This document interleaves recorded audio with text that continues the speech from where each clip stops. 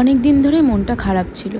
এবার জানি না, হট করেই মনটা খারাপ, মানে যেরকম মুড অফ থাকে বলতে পারো, মুড সুইং ওরকম। এবার মাকে আমি অনেক দিন ধরে বলছিলাম, মা চলো কোথাও একটু ঘুরে আসি, মানে কাছে পিঠেই।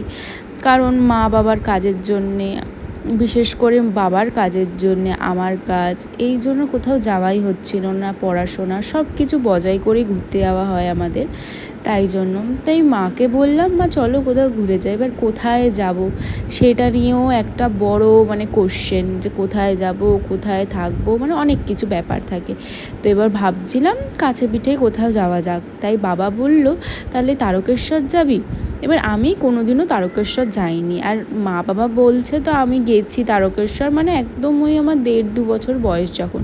কিন্তু তখন তো আমি কিছুই জানি না, কিছুই মানে বুঝিনি তারকেশ্বরে কী আছে কি না আছে। তাই বাবা মাকে বললাম, হ্যাঁ তারকেশ্বর যাওয়া যেতেই পারে।